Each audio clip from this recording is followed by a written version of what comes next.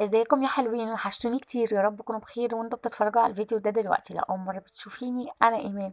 خلاص الايام الحلوه عدت بسرعه ورمضان قرب يخلص وداخلين على العيد، وعايزين نعمل احلى كحك دايب كده زي بتاع المحلات، واحلى من بتاع المحلات كمان. هنعمل مع بعض النهارده الكحك على البارد بطريقه بسيطه ومقادير ووصفه مظبوطه جدا جدا هتعتمديها عندك. اللي نشوف هنعمل مع بعض ايه علشان متقولش عليكم من الفيديو.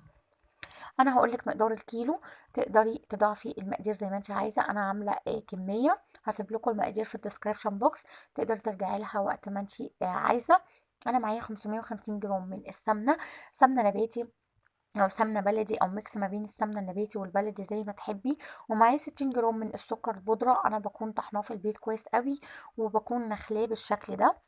هبدأ أنزل بالسكر البودرة على السمنة، وهبدأ أخفق كويس قوي بالمضرب أو بالعجان زي ما تحبي. انا هنا عامله معادله ما بين السمنه اللي على السخن والسمنه اللي على البارد. امهاتنا، ماما زمان يا حبيبتي ربنا يخليها ويديها الصحه وطول العمر يا رب، كانوا بيقدحوا السمنه قوي وينزلوا بيها على الكحك عشان كانوا بيعملوا كميه وبيخافوا ان هو يبوظ منهم. فانا بس كان بيبقى تقيل جدا. فانا هنا سيحت السمنه وسخنتها قوي وسبتها ليله كامله قبل ما اشتغل بيها. سبتها تبرد تماما في التلاجة، وبعد كده اشتغلت بيها عشان اضمن الكحك يعيش، واضمن ان الكحكايه ما تبقاش تقيله على المعده وما تعملش حموضه، وتبقى الكحكايه خفيفه. فالتركه دي مهمه قوي. وهنا انا كان معايا كيلو دقيق منخول، دقيق كحك وبسكوت، ومعايا 3 معالق كبار من السمسم المتحمص، ومعايا ربع معلقه صغيره من البيكنج باودر، ربع معلقه صغيره من الخميره الفوريه، معلقه صغيره من ريحه الكحك او من المحلب، ومعايا رشه ملح. ريحه الكحك متحاوليش تزوديها قوي علشان بتمرر في الكحكايه. انا هنا حطيت السمنه على الدقيق بالشكل ده، ولازم نبس الكحك كويس قوي قوي قبل ما نضيف اي سوائل. لازم نتاكد ان الدقيق اتشرب السمنه تماما، ونبسه ما بين ايدينا كده عشان الكحكايه تطلع خفيفه وهشه وناعمه، وتطلع كده دايبه وتطلع حلوه. الخطوه دي مهمه وكمان هيريحك في التشكيل بعد كده. انا هنا هنزل ب100 ملي من الميه الدافيه عشان تشغل معايا الخميره، وهبدأ أشرب العجينة معايا المية. أنا مش بعجن، أدام حطيت سوائل مش بعجن.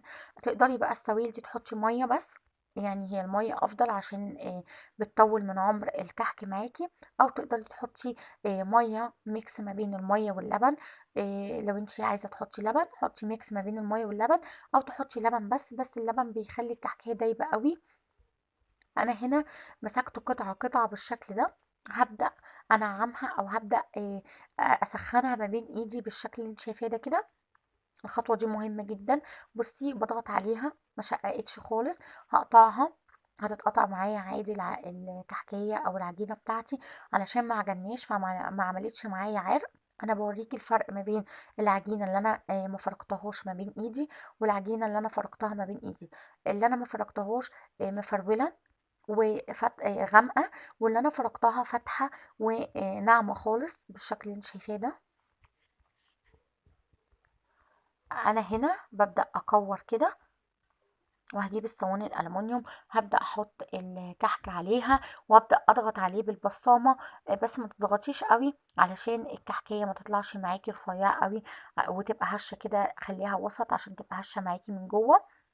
لو انت بقى بتحبي تنقشي الكحك طبعا ودي احلى فرحة، وكانت الحاجة اللي بتفرحنا زمان ايام ما كانت ماما بتعمل الكحك، ان احنا نقعد ننقش الكحك ونلعب كده بالمنقاش. فلو انت عندك وقت انقشي، لكن انا ما عنديش وقت بصراحة وشغالة شغل اونلاين، فبالنسبة لي البصمة اسهل بالشكل ده كده. اضغطي عليها ضغطة بسيطة.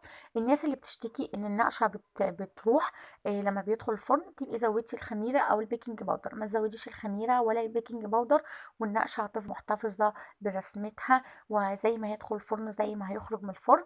وفي تركة كمان، لو انت عاملة كمية يعني لو عاملة اكتر من كيلو، بتغطي العجينة ما بتسيبيهاش بره، تاخدي الكمية اللي انت هتشتغلي فيها وبتغطيها بكيس تلاجة وفوطة مطبخ نظيفة وبتحطيها في التلاجة. بتقعد معاكي لمدة أسبوع في التلاجة، وتطلعي منها الكمية اللي انت هتشتغليها بس. ما تسيبيهوش بره نهائي، ما تسيبوش يخمر خالص. بتحطيها زي ما قلتلك في التلاجة. وبتطلعي كمية وبتشكلي زي ما انا عاملة كده، وبتدخلي الفرن على طول، ما بتسيبهوش يرتاح. هو بيخمر على ما بتخلصي، يعني من اول واحدة عملتيها لاخر واحدة بيبقى ارتاح، واحنا حاطين مية دافية، فبيبدأ يخمر وبيكمل خمره وبيبدأ يرتفع في الفرن. الكحك السادة انا مشغله الفرن على اعلى درجه حراره، وقللت درجه الحراره على 160. بيستوي على درجه حراره 160 عشان بيبقى كله عجينه من جوه، فمحتاجين ياخد وقته في التسوية، بيقعد معاكي نص ساعة. الكحكاية دايبة انا مش قادرة امسكها، وخصوصا ان هو سخن، سيبيه يبرد تماما على السيجون عندك او على الصواني الالومنيوم عندك لحد ما يبرد تماما. التسوية مظبوطة جدا جدا، واخد لون حلو قوي. بصي يعني انا بقطعه كده بالسكينة بيتقطع متماسك، وفي نفس الوقت دايب دوب. عايزة اقولك ريحته وطعمه تحفة. بصي الكحكاية من جوه عاملة ازاي، الكحك خطير. يعني زي ما انا قلتلك، اتبعي الخطوات اللي قلتلك عليها. ما تزوديش البيكنج باودر، ما تزوديش الخميره، ما تسيبهوش يخمر. درجه الحراره بتاعت الكحك الساده 160. لكن الكحك عكس خالص، الكحك اللي محشي عجوه او ملبن بتبقى درجه حراره اعلى، علشان بيكون يعني مدخله على درجه حراره اعلى علشان الحشوه بتاعتنا ما تنشفش. انا بنوتي هنا ربنا يحفظها كانت بتدوق واحده بتوريها لكم من جوه. يا رب الفيديو يكون عجبك وكان مفيد ليكي. لو عجبك ما تنسينيش لايك وشير وسبسكرايب. اشوفكم في فيديو جديد وصف جديد. باي.